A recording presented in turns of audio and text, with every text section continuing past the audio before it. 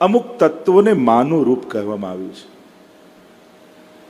ગંગાજીને માં કહ્યા છે, શ્રી યમુનાજીને માં કહ્યા છે, ગાયને માં કહી છે, એમ ગીતાજીને પણ ગીતા મૈયા કહેવાય છે. અને એમ કહેવાય કે આ ત્રણના આશીર્વાદ જેના જીવન પર છે, એના જીવનમાં ગમે તેવા સંકટ આવતા હોય એ સંકટોથી ઉગરી જાય છે. અને આ ત્રણ તત્વોના આશીર્વાદ લેવાનું સદાય અવસર મળે તો ચૂકવું નહીં. એક માં, બીજું મહાત્મા અને ત્રીજું परमात्मा. ये तीन के आशीर्वाद जब भी मिलने का मौका मिले, अवसर मिले, उसे चूके नहीं. सबसे पहले मां के आशीर्वाद है.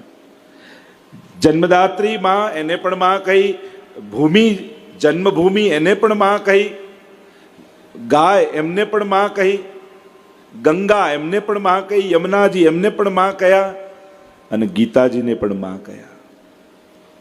કેમ માં? ચર્ચા ઘણી લાંબી થઈ જશે, પણ માં તત્વ એવું છે જે પોષણ કરે છે, જે મોટું કરે છે, જે વહાલ કરે છે, જે रक्षा करे છે. एक छोटे से बच्चे को जिस तरह मां अपना पोषण देती है, केवल એના ખવડાવવા પીવડાવવાથી જ બાળક મોટું નથી થતું. માની હૂંફથી બાળક મોટું થાય છે, માના હૂંફથી એનો વિકાસ થાય છે. એમ જ ગીતાજી એ કેવલ જ્ઞાન પાય, ભક્તિ પાય એટલા પૂરતા નથી. એની એક હૂંફ છે. જો દરેક ભક્તને કોઈ એક ગ્રંથ માટે આસક્તિ હોવી બહુ જરૂરી છે. જ્યારે તમે ભક્તિ માર્ગમાં ચાલી રહ્યા છો, જ્યારે તમે આધ્યાત્મિક માર્ગમાં ચાલી રહ્યા છો, તમારો એક ઈષ્ટ ગ્રંથ હોવો भी બહુ જરૂરી છે. जब किसी को एक ग्रंथ में अतिशय आपको लगाव हो जाए, तब वह ग्रंथ आपसे बात करता है, आपका समाधान करता है, आपका मार्गदर्शन करता है. એટલે કોઈ એક ગ્રંથ માટે, એ પછી મહાપ્રભુજીનો કોઈ ગ્રંથ હોય, વ્યાસજી નિર્મિત કોઈ પુરાણ આદि હોય, भागवत जी હોય, या गीता जी જેવો ગ્રંથ હોય, पर कोई एक, कई लोगों को शिक्षा पत्र के लिए लगाव होता है. और शिक्षा पत्र के लिए हम कहते भी हैं कि कोई પણ પાનું ખોલો તો તમારી શંકાનું સમાધાન તમને મળે. એમ જ ગીતાજી પણ એવા છે. મેં દુનિયાભરમાં ઘણા એવા લોકોને જોયા છે, જ્યારે પણ જીવનમાં સંકટ આવે, વિપત્તિ આવે, ગીતાજી લઈને બેસી જાય. સર્વ શંકાઓનું સમાધાન એક જ વાક્યમાં જો ગીતાજીને બતાવું યા વ્યાખ્યા કરું તો એટલું કહી શકાય, દુઃખને દુઃખી કરવાની ચાવી ગીતાજીમાં છે. દુઃખ આપણને દુઃખી કરે ને, પણ દુઃખને દુઃખી કરવો હોય તો એની ચાવી ગીતાજીમાં છે. તમારા જીવનમાંથી દુઃખ દુઃખી થઈને ભાગી જશે કે આના જીવનમાં પ્રવેશવા જેવું નથી, કારણ કે આની પાસે જ્ઞાન આવી ગયું છે, આની પાસે ભાવ આવી ગયો છે, આ ભગવાનના શરણમાં જતો રહ્યો છે. મહત્વની વાત તો એ છે, અહીંયા જ્ઞાન અધ્યયન દ્વારા પ્રાપ્તિ નથી, અહીંયા શરણાગતિ દ્વારા ભગવત પ્રદત્ત જ્ઞાન છે. અને આ બંનેમાં ઘણો ફરક છે. એક છે સ્વિમિંગ પુલ ખોદીને બહારથી પાણી નાખવું, અને બીજું છે કૂવો ખોદીને અંદરથી પાણી પ્રગટાવવું. ગીતાજી તો ભીતર સે જ્ઞાન કો પ્રગટાતા है. જેટલું ખોદતા જાઓ, જેટલું કાઢતા જાઓ, ગીતાજી આ બધા ગ્રંથો અગાધ છે. આને તમે એમ કહો કે 10 દિવસ કે 7 દિવસ કે 15 દિવસ કે મહિનામાં આનું અધ્યયન કરું, जीवन ખૂટી જાય, ગ્રંથ ન ખૂટે. क्योंकि भगवान की वाणी तो अगाध है, उसका कोई अंत थोड़ी है. एक केवल ओम शब्द, એના પર કેટલી ચર્ચા, કેટલી બધી ચર્ચા, બધું જ એમાં સમાયેલું છે. ઓમ ઇતિ એકાક્ષર બ્રહ્મ, ભગવદ ગીતાજી ભગવાન પોતે કહે છે. વિચાર કરો, બ્રહ્મને એક શબ્દમાં, એક અક્ષરમાં જ્યારે કહેવો હોય ત્યારે ઓમ દ્વારા એની અભિવ્યક્તિ થઈ જાય છે. તો જે હું કહી રહ્યો છું, કોઈ ગ્રંથ માટે લગાવ રાખજો, અતિશય લગાવ. જેમ કોઈ ગુરુ, કોઈ ઈષ્ટ સ્વરૂપ, એમ એક ગ્રંથ માટે પણ લગાવ હોવો જોઈએ. અને જ્યારે તમને ગ્રંથમાં આસક્તિ થઈ જાય ને, ત્યારે ગ્રંથ માં બની તમારું સમાધાન આપે છે, તમને માર્ગ પ્રશસ્ત કરે, સંકટમાંથી બહાર કાઢે છે. माँ के आशीर्वाद, दूसरे हैं महात्मा के आशीर्वाद. कोई ऐसा महात्मा, भले एनी जोड़े बहुत निकटता ना हो, बहुत निकटता उसके साथ भले न हो, पर वो जहां भी हो, जब उसको याद करते हैं, महात्मा पोते नहीं आवी सकता, पण एना आशीर्वाद तो तमारा सुधी पहुंची ज जाए छे। उनके आशीर्वाद तो पहुंची जाते हैं। किसी महात्मा की कृपा और तीसरी परमात्मा की कृपा। जो ये दो की कृपा हो जाए तो परमात्मा की कृपा तो सहज में हो ही जाती है। मां की कृपा और महात्मा की कृपा जिस पर हो गई, परमात्मा की बड़ी सहजता से कृपा जीव को अनुभूत होने लगती है, क्योंकि ये सब परमात्मा के ही रूप है। तो जे गीताजी ने केंद्र में राखीने આપણે चर्चा કરી રહ્યા છે, આ એક ઉપનિષદ છે। गीता गव्येति गीता, जो भगवान ने गाई है, भागवत में गोपियों ने गाया, महाभारत में भगवान ने गाया है।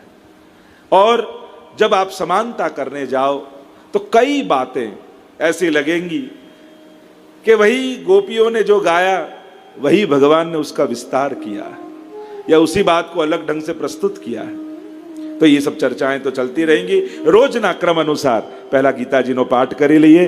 तमारा बधा पासे गीताजी नो ग्रंथ छे ने आ कायम माटे तमारी जोड़े राखवानी छे। आ ग्रंथ हवे आ गीताजी प्रसादी थई गई, कारण के तमे तीर्थ भूमि में बेसीने गीताजी नो पाठ कर्यो छे, એટલે આ ગીતાજી હવે ગુમાવતા નહીં, કારણ કે અહીંયાથી તમારો ગીતાજીમાં આ પુસ્તક પરથી પ્રવેશ થયો છે।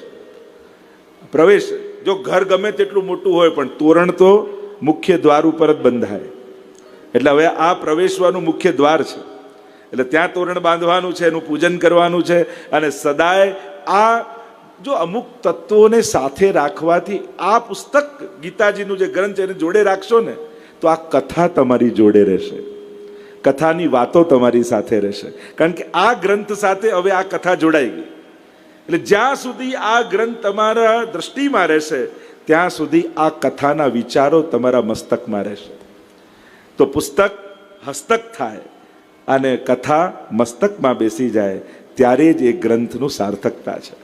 તો પુસ્તકથી શરૂ થયેલી યાત્રા મસ્તક સુધી પહોંચવાનો આ માર્ગ ગ્રંથને સાચવીને તમારા ઘરમાં રાખી અને અહીંયા જેમ નિત્ય પાઠ, અને તમે બધા તો બહુ જ ખૂબ આધ્યાત્મિક છો, ધાર્મિક છો, એટલે મને ખબર જ છે દર એકાદશી તો કરશો જ એક અધ્યાયનો પાઠ, અને ઘણા તો એવા છે કે રોજ કરવાનો આગ્રહ કરશે। વાંધો નહીં, મારી આજ્ઞા છે, કોઈ હટ નથી, અને તમારી ઈચ્છા હશે તો હું આજ્ઞા આપું છું કે રોજ કરજો। રોજ ના થાય તો દર રવિવારે કરજો, રવિવારે ના થાય તો એકાદશી એ કરજો।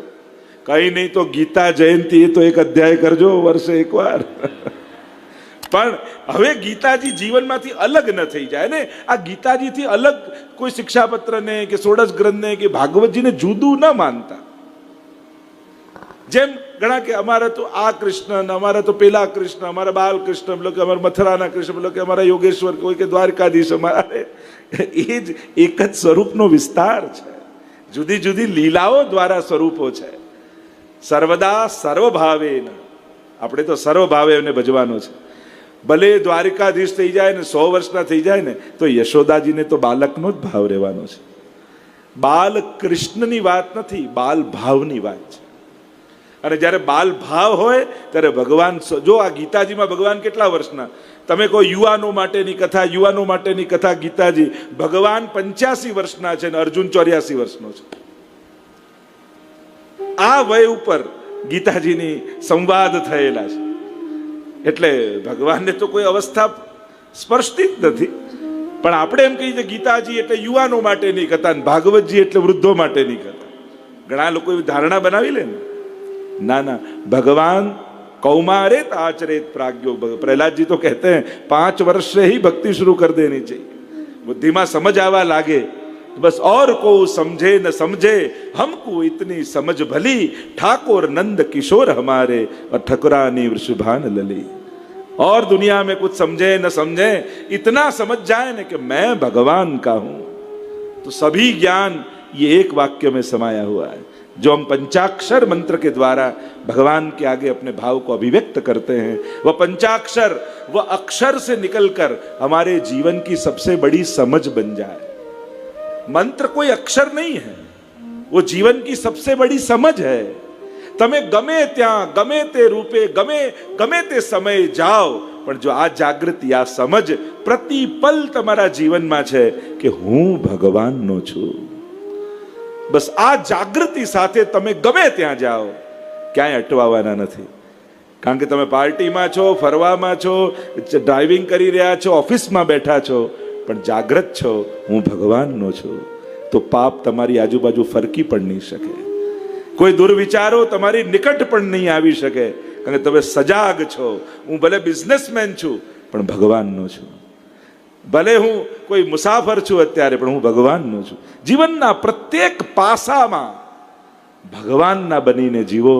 સંસાર ક્યાંય તમને બાંધી શકવાનો નથી. સંસાર ભયભીત રહેશે. આ ભગવાનનો જીવ આવી જો જ્યારે અલૌકિક પ્રભાવ આપણા જીવનમાં હોય છે ને, જેમ સૂર્ય ઉગે તો ઓસના બિંદુ આપ મેળે ઓલવાઈ ગાયબ થઈ જાય, એનું અસ્તિત્વ મટી જાય. એમ જેના જીવનમાં કૃષ્ણ રૂપી સૂર્યોદય થઈ ગયો છે, એને પાપના બિંદુઓ તો સહજમાં જે અદ્રશ્ય થઈ જતા હોય છે, એનું અસ્તિત્વ રહેતું નથી. કારણ કે ભગવાન માટે આ કર્મ નથી. જો ઘણી વસ્તુ સાધનાથી ન પમાય, ઘણી વસ્તુ તપ બળથી ન થવાય, પણ અમુક તત્વોના પ્રભાવમાં આવી જાઓ ને તો જીવનમાં કામ બની જાય. જૈસે કોઈ સૂર્યોદય થાય તો કમળ આપમળે ખીલી જાય. સૂર્ય એક હાથ લાંબો કરીને એક એક પાંખડી ખોલવી પડે ના? કેમ ખીલે છે? સૂર્યના પ્રભાવમાં આવ્યો. એમ ભગવાન મળશે ને કઈ રીતે પામીશું ને કઈ રીતે જઈશું એ પછીની વાત. ભગવાનના અસ્તિત્વના પ્રભાવ હેઠળ આવી જાઓ ને તો એ હૃદયનું કમળ આપમેળે ખીલી જશે. કોઈ સાધના કરવાની જરૂર નહીં પડે. અમુકના પ્રભાવ, તમે કોઈ અગ્નિની પાસે જાઓ તો ગરમી માંગવી પડે કે લાગવા માંડે? એનો પ્રભાવ અગ્નિનો ગરમાશ લાગે. બરફની પાટ પડી એની બાજુમાં બેસો તો ઠંડી માંગવી પડે કે લાગવા માંડે? લાગવા માંડે. वैसे ही भगवान के निकट हो जाओ, अपने आप भगवत्ता का एहसास होने लग जाएगा. प्रभु का प्रभाव એને પામવાની વૃત્તિ તો બહુ દૂરની વાત છે. ભગવાનને લાયક થવું એ તો ઘણું અઘરું છે, પણ ભગવાનના થવું સાવ સહેલું છે. बस और को समझे न समझे हमको इतनी समझ भली, ठाकुर नंद किशोर हमारे और ठकुरानी वृषभान लली. और दुनिया में कुछ समझे न समझे, इतना समझ जाए न कि मैं भगवान का हूं, तो सभी ज्ञान ये एक वाक्य में समाया हुआ है. जो हम पंचाक्षर मंत्र के द्वारा भगवान के आगे अपने भाव को अभिव्यक्त करते हैं, वह पंचाक्षर वह अक्षर से निकलकर हमारे जीवन की सबसे बड़ी समझ बन जाए. मंत्र कोई अक्षर नहीं है, वो जीवन की सबसे बड़ी समझ है. તમે ગમે ત્યાં ગમે તે રૂપે ગમે તે સમયે જાઓ, પણ જો આ જાગૃતિ આ સમજ પ્રતિપલ તમારા જીવનમાં છે કે હું ભગવાનનો છું, બસ આ જાગૃતિ સાથે તમે ગમે ત્યાં જાઓ, ક્યાંય અટવાવાના નથી. કારણ કે તમે પાર્ટીમાં છો, ફરવામાં છો, ડ્રાઇવિંગ કરી રહ્યા છો, ઓફિસમાં બેઠા છો, પણ જાગૃત છો હું ભગવાનનો છું, તો પાપ તમારી આજુબાજુ ફરકી પણ નહીં શકે. કોઈ દુર્વિચારો તમારી નિકટ પણ નહીં આવી શકે, કારણ કે તમે સજાગ છો. હું ભલે બિઝનેસમેન છું પણ ભગવાનનો છું. ભલે હું કોઈ મુસાફર છું અત્યારે, પણ હું ભગવાનનો છું. જીવનના પ્રત્યેક પાસામાં ભગવાનના બનીને જીવો. સંસાર ક્યાંય તમને બાંધી શકવાનો નથી. સંસાર ભયભીત રહેશે. આ ભગવાનનો જીવ આવી જો જ્યારે અલૌકિક પ્રભાવ આપણા જીવનમાં હોય છે ને, જેમ સૂર્ય ઉગે તો ઓસના બિંદુ આપ મેળે ઓલવાઈ ગાયબ થઈ જાય, એનું અસ્તિત્વ મટી જાય. એમ જેના જીવનમાં કૃષ્ણ રૂપી સૂર્યોદય થઈ ગયો છે, એને પાપના બિંદુઓ તો સહજમાં જે અદ્રશ્ય થઈ જતા હોય છે, એનું અસ્તિત્વ રહેતું નથી. કારણ કે ભગવાન માટે આ કર્મ નથી. જો ઘણી વસ્તુ સાધનાથી ન પમાય, ઘણી વસ્તુ તપ બળથી ન થવાય, પણ અમુક તત્વોના પ્રભાવમાં આવી જાઓ ને તો જીવનમાં કામ બની જાય. जैसे कोई सूर्योदय થાય તો કમળ આપમળે ખીલી જાય. સૂર્ય એક હાથ લાંબો કરીને એક એક પાંખડી ખોલવી પડે ના? કેમ ખીલે છે? સૂર્યના પ્રભાવમાં આવ્યો. એમ ભગવાન મળશે ને કઈ રીતે પામીશું ને કઈ રીતે જઈશું એ પછીની વાત. ભગવાનના અસ્તિત્વના પ્રભાવ હેઠળ આવી જાઓ ને તો એ હૃદયનું કમળ આપમેળે ખીલી જશે. કોઈ સાધના કરવાની જરૂર નહીં પડે. અમુકના પ્રભાવ, તમે કોઈ અગ્નિની પાસે જાઓ તો ગરમી માંગવી પડે કે લાગવા માંડે? એનો પ્રભાવ અગ્નિનો ગરમાશ લાગે. બરફની પાટ પડી એની બાજુમાં બેસો તો ઠંડી માંગવી પડે કે લાગવા માંડે? લાગવા માંડે. वैसे ही भगवान के निकट हो जाओ, अपने आप भगवत्ता का एहसास होने लग जाएगा। प्रभु का प्रभाव એને પામવાની વૃત્તિ તો બહુ દૂરની વાત છે. ભગવાનને લાયક થવું એ તો ઘણું અઘરું છે, પણ ભગવાનના થવું સાવ સહેલું છે. તમારે ભગવાનના લાયક થવું છે કે ભગવાનના થવું છે? લાયક થવા માટે હમણાં 12મા અધ્યાયમાં આખી લિસ્ટ આવશે, કેવો ભક્ત મને ગમે. હવે આપણે તો દરેક શ્લોકમાં પગે જ લાગવું પડે કે પ્રભુ મારા માટે તો આ ઘણી દૂરની યાદ. તો ભગવાનને લાયક થવું અઘરું. પ્રભુ કે લાયક હોना बड़ा कठिन है, पर भगवान का होना बड़ा सरल है. प्रभु का हो जाना बड़ा सरल है. હે કૃષ્ણ, હું તારો છું. અને એ જાગૃતિ સાથે, એ અવેરનેસ સાથે, એટલે પંચાક્ષર મંત્રને કોઈ અક્ષર ન સમજતા, કોઈ શબ્દ ન સમજતા, એ જીવનની સૌથી મોટી સૂઝ છે. બસ ગીતાજી શું કરે, સ્કેલ ચેન્જ થઈ ગયો ને, આપણે સેટ કરે. જો હવે વગાડે છે તબલા, તારી પાસે હથોડી છે. હવે આપણને તો હથોડી તો કોઈ પ્લમ્બર હોય, કોઈ મિસ્ત્રી હોય એ રાખે જ સમજાય. સંગીત વાળાને હથોડી શું, અંગે ચઢી ગયું હોય ને તો ઉતારવા કામ લાગે, ઉતરી ગયું હોય તો ચડાવવા કામ લાગે. બસ ગીતાજી એ જ હથોડી છે. ઘણાના ચહેરા ચઢી ગયેલા હોય ને ઘણાના ઉતરી ગયેલા હોય. બસ આ ગીતાજી રૂપી હથોડી વાગે એટલે સ્વરમાં આવી જાય. બસ મૂળ વાત એ જ છે. નહીં તો એમ લાગે આ સંગીતમાં હથોડીનું શું કામ, જ્યાં જાય તો હથોડી લઈને ફરે. પેલા ફ્લાઇટમાં પેલા લોકો પૂછે આ એરપોર્ટમાં કે હથોડી કાઢો, બહાર કાઢો. એ ચેક કરે કે આ કેમ લઈને જાય છે ફ્લાઇટ, પણ બેસાડવા માટે સ્વરમાં કે પહેલી કાળીમાં છે તો બધું એમાં જ આવે. તો ચડી ગયું હોય એને ઉતારી દેવાનું, ઉતરી ગયું હોય એમ ચડી દેવાનું. એમ જ કથાના પહેલા દિવસે ઘણાના ચઢેલા ચહેરા હોય અને ઘણાના ઉતરેલા ચહેરા હોય. કોઈનું નથી રે, કોઈ ઘણા તો ભજન એવા ગમે જાણે કોઈનું રહ્યું જ નથી દુનિયામાં. અરે ના, બધાના છે, કારણ કે તમે ભગવાનના છો ને. જા પર કૃપા રામ કી હોય, તા પર કૃપા કરે સબ કોઈ. બધાને ખુશ થવા જશો તો કોઈ ખુશ નહીં થાય. પ્રભુને રાજી કરી લેશો તો બાકી દુનિયા તમારી પાછળ દોડવા લાગશે.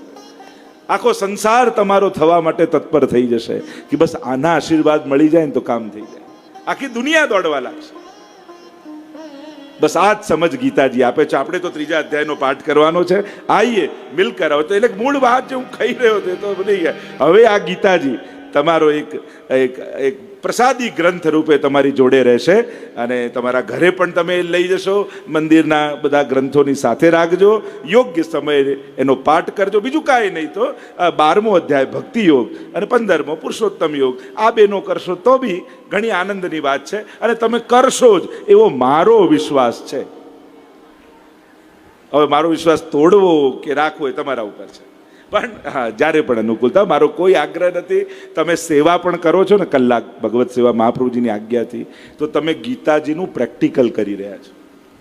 જે ગીતાજીમાં કહ્યું યત કરોસી યદસ્નાસી યત જુહોસી દદાસી યત તપસ્યસી કૌંતેય તત કુરુસ્વ મદર્પણમ પત્રમ પુષ્પમ ફલમ તોયમ યો મે ભક્ત. એવા ઘણા બધા શ્લોકો આપણે મન્મના ભવ ભક્તો મધ્યાજીમાં નમસ્કાર, આખો સેવાનો જે ક્રમ છે તો આખો ગીતાજીના સાર રૂપે મહાપ્રભુજી આપણને આપેલો છે. એટલે ગીતાજી વાંચો ખરા, પણ જો સેવા ન કરો તો કોઈ મેન્યુ વાંચે અને એક ચાય ન બનાવે તો પેટ ભરાય. તમારા ઘરે કોઈ મહેમાન આવે અને આજે ઢોકળા છે, દાળ છે, ભાત છે, ફરસાણમાં આ છે, ખાલી મેન્યુ વાંચે રાખે. પેલો કે કાંઈ આટલું બધું વાંચે છે એના કરતા એક ચા તો પીવડાવો.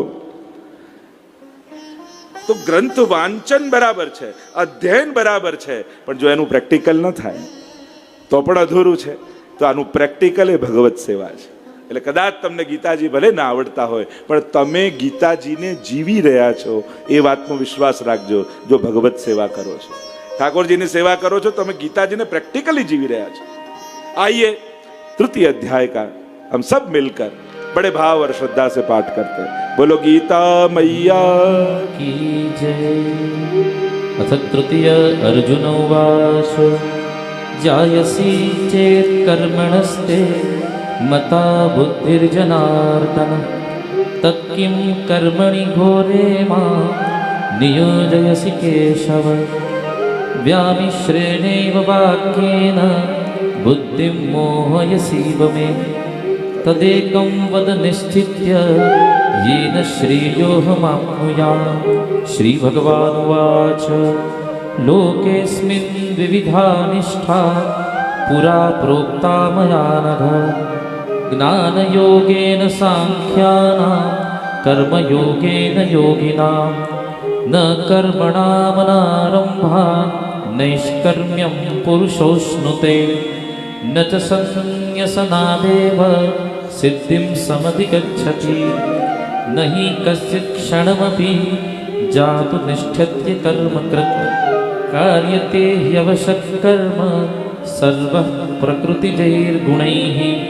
कर्मेन्द्रियाणि संयम्य य आस्ते मनसा स्मरन् इन्द्रियार्थान् विमूढात्मा मिथ्याचारस्य उच्यते। यस्त्विन्द्रियाणि मनसा नियम्यारभतेऽर्जुन कर्मेन्द्रियैः कर्मयोगमसक्तः स विशिष्यते।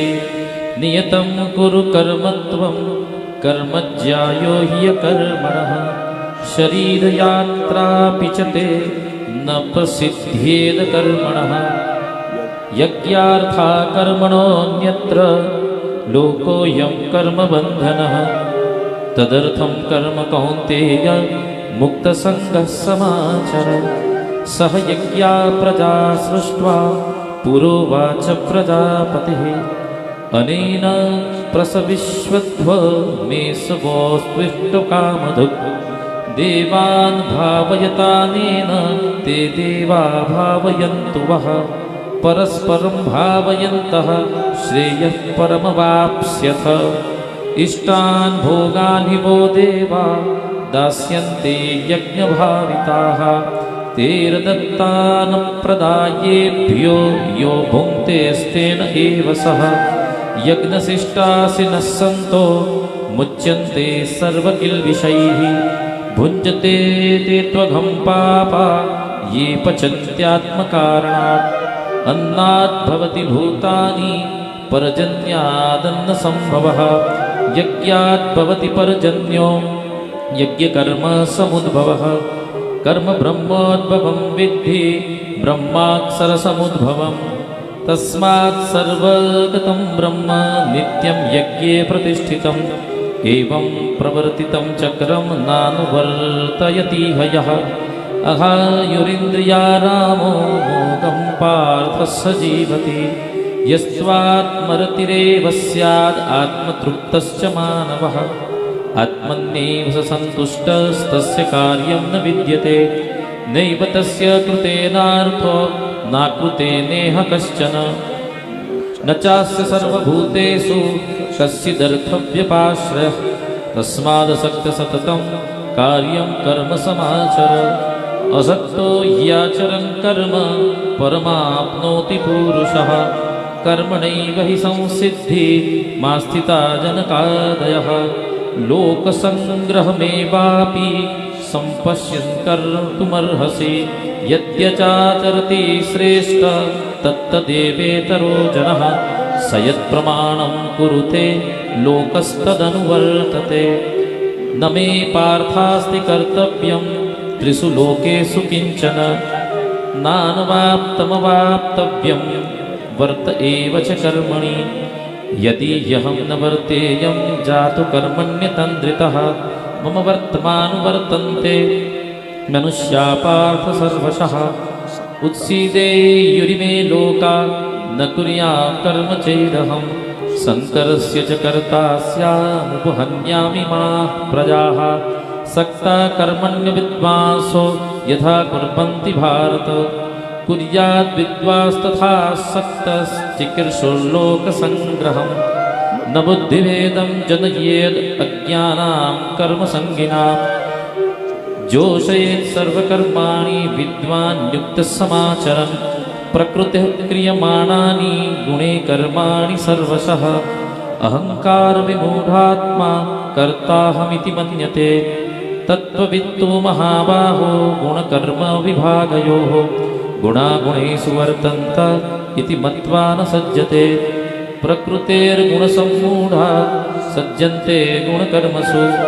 तान् कृत्स्नविदो मन्दान् कृत्स्नभिन्ना विचालयेत् मयि सर्वाणि कर्माणि सन्नस्याध्यात्मचेतसा निराशिर्निर्ममो भूत्वा युद्धस्व विगतज्वर ये मे मतमिदं नित्यमनुतिष्ठन्ति मानवाः श्रद्धावन्तो न सूयन्तो मुच्यन्ते तेऽपि कर्मभिः ये त्वेतदभ्यसूयन्तो नानुतिष्ठन्ति मे मतं सर्वज्ञानविभूढास्तान् विद्धि नष्टान् चेतसः सदृशं चेष्टते स्वस्याः प्रकृतिर्ज्ञानवानपि प्रकृतिं यान्ति भूतानि निग्रह किं करिष्यति इन्द्रियस्येन्द्रियस्यार्थे रागद्वेषौ व्यवस्थितौ तयोर्न वशमागच्छेत् तौ ह्यस्य परिपन्थिनौ श्रेयन् स्वधर्मो विगुणः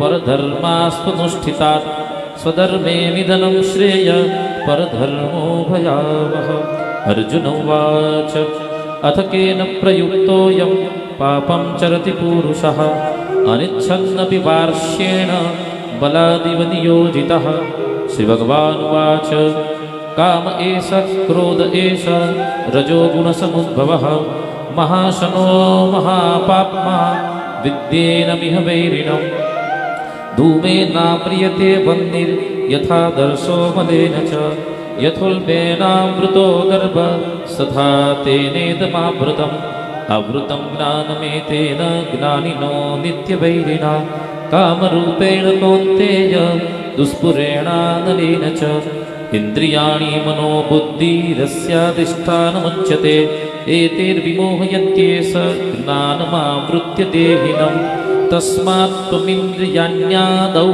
नियम्य भरतर्षभ पाप्मानं प्रजहिह्येनं ज्ञानविज्ञाननाशनम् इन्द्रियाणि पराण्याहुरिन्द्रियेभ्यः परं मनः मनसस्तु परा बुद्धिर्यो बुद्धेः परतस्तु सः एवं बुद्धेः परं बुद्ध्वा संस्तभ्यात्मानमात्मना जहि शत्रुं महाबाहो कामरूपं दुरासदम् ॐ तत्सदिति श्रीमद्भगवद्गीतासु उपनिषत्सु ब्रह्मविद्यायां योगशास्त्रे श्रीकृष्णार्जुनसंवादे कर्मयोगो नाम तृतीय श्रीकृष्णार्पणमस्तु। श्री गीता मैया की जय।